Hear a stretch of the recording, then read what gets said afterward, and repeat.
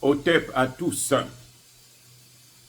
Je vous ai dit dans la dernière vidéo que la France se réarmait, elle s'équipait. Elle a planifié pour, pendant les 6 prochaines années de militariser son pays, de se militariser en quelque sorte, d'acheter encore plus d'armes, plus d'1 milliard, 100 millions, sont mis à la disposition des services de l'armée. Mais en fait, ce n'est pas seulement la France, c'est l'Europe. C'est l'Europe qui est en train de se réarmer.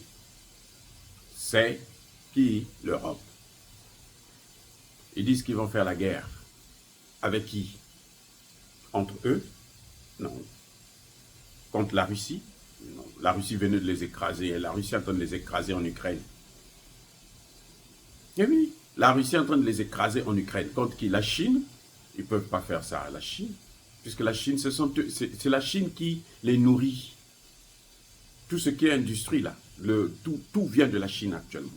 Si la Chine bloque les vannes, ils sont par terre. Où est-ce qu'ils vont avoir les armes, les matières premières, l'uranium et autres? Où est-ce qu'ils vont avoir ça? Où est-ce qu'ils vont avoir ça? L'uranium pour s'armer, pas pour nourrir la population. Ils ont l'argent. Vous pensez qu'ils vont aller acheter les matières premières au lieu de nourrir leur population? Les agriculteurs qui sont sacrifiés? Non. Non. La réponse vient de Helmut Kohl. Il avait dit, la Chine nous a échappé. Heureusement que l'Afrique est encore là. Ça veut dire quoi encore, en d'autres termes? Ça veut dire tout simplement que nous devons tout faire pour que l'Afrique reste toujours notre réserve de matières premières. Eh oui, notre réserve de main-d'œuvre. Nous, on doit toujours être leurs esclaves. C'est ça ce qu'ils ont dans leur tête. Les États-Unis font pression aux Européens d'augmenter leur budget. Ça, c'est même la politique de Donald Trump. Eux, ils savent, ils ont deux avantages. Le premier, c'est que les guerres qu'ils font, quand ils font les guerres, ce n'est pas les États-Unis qui font les guerres, ce sont les Européens. Les États-Unis fournissent les armes. Donc, quand ils veulent faire des guerres par procuration, ce sont les autres qui vont le faire. Maintenant, quand ils veulent acheter des armes, ils vont acheter aux États-Unis parce qu'eux-mêmes, ils ne peuvent pas faire les armes. Ils ne peuvent pas les fabriquer puisqu'ils n'ont pas l'énergie moins chère. Et le peu d'énergie qu'ils peuvent avoir, qu'ils arrivent à avoir difficilement, ça servirait plutôt à nourrir leur population que de, comment dirais-je, s'armer. Mais s'ils s'arment comme ça, c'est parce qu'ils savent que leur survie en dépend. Les Européens ne peuvent pas vivre sans l'Afrique. C'est pour ça qu'ils vous disent même notre destin est lié. On n'est pas liés, non. Nous sommes arrivés avant eux. Eux, ils nous ont pris en esclavage, ils nous ont colonisés, néocolonisés, et maintenant ils veulent nous recoloniser. Donc notre destin ne peut pas être lié. Parce que si notre destin est lié au destin des Européens, ça veut dire que nous sommes faits pour être leurs esclaves. Ça veut dire que nous acceptons que nous sommes leurs esclaves, à vie. Or, c'est ce que justement la jeunesse africaine a décidé de combattre, de dire non. Ils sont chassés partout. Ouais, au Congo maintenant, on chasse tous les Occidentaux. Les Congolais ne veulent plus des Occidentaux. Américains, Français, Allemands, Anglais, toute la Polonais, tous, ils ne veulent plus d'eux.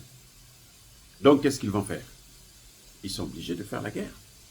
Mais comme ils savent que nous avons derrière nous maintenant la Russie, la Chine, la Corée du Nord et autres, et ils ne peuvent pas faire face à ces gens, donc il faut qu'ils se préparent pour une prochaine guerre. La prochaine guerre mondiale, ça va être la guerre contre l'Afrique. Ou encore, ça va être la guerre contre l'Est de l'Europe et l'Asie, mais sur le sol africain.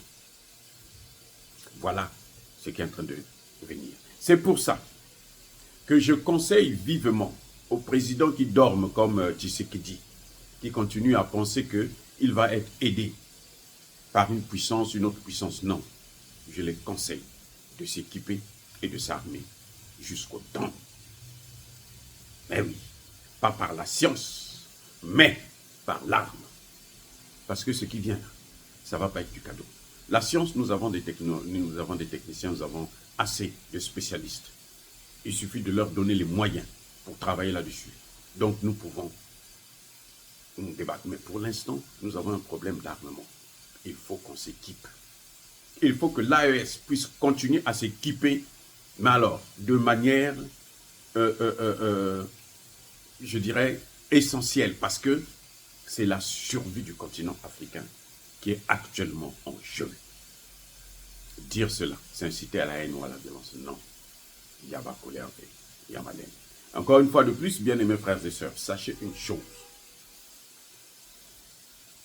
Ils sont en train de se préparer sous nos yeux. Nous devrons nous préparer sous leurs yeux. C'est sans pitié. À la guerre comme à la guerre. Nous devrons, l'Afrique, je le répète encore, doit avoir l'arme nucléaire. Parce que c'est ce qu'on appelle arme dissuasive. C'est ça qui permet à ce que personne ne puisse vouloir vous attaquer. Parce qu'ils savent, si vous les attaquez quand ils ont l'arme nucléaire, eh bien, ils peuvent aussi vous attaquer. Et vous allez vous entre-attaquer et vous allez tous mourir. Donc, chacun va se retenir. C'est pour ça que vous voyez qu'ils ne veulent pas attaquer la Russie. C'est pour ça que vous voyez qu'ils ne peuvent pas envoyer leurs soldats sur place. Ils envoient des mercenaires, que d'ailleurs la Russie massacre, mais ils ne peuvent pas envoyer leurs soldats directement. Parce que c'est une guerre mondiale. Et la Russie n'hésitera pas d'utiliser l'arme nucléaire. Parce qu'un pays qui a l'arme nucléaire ne peut jamais être vaincu. Soyez bénis, abondamment bénis par le Dieu des Kémites et par nos ancêtres angélisés. Mais que tous ceux qui persécutent le continent africain le pillent et le déstabilisent, qu'ils soient noirs, blancs, chinois, arabes, juifs, indiens ou qui qu'ils soient punis, maudits, foudroyés, neutralisés, écrasés, effacés par le Dieu des Kémites et par nos ancêtres angélisés. Vive l'Afrique éternelle, je dis et j'assume.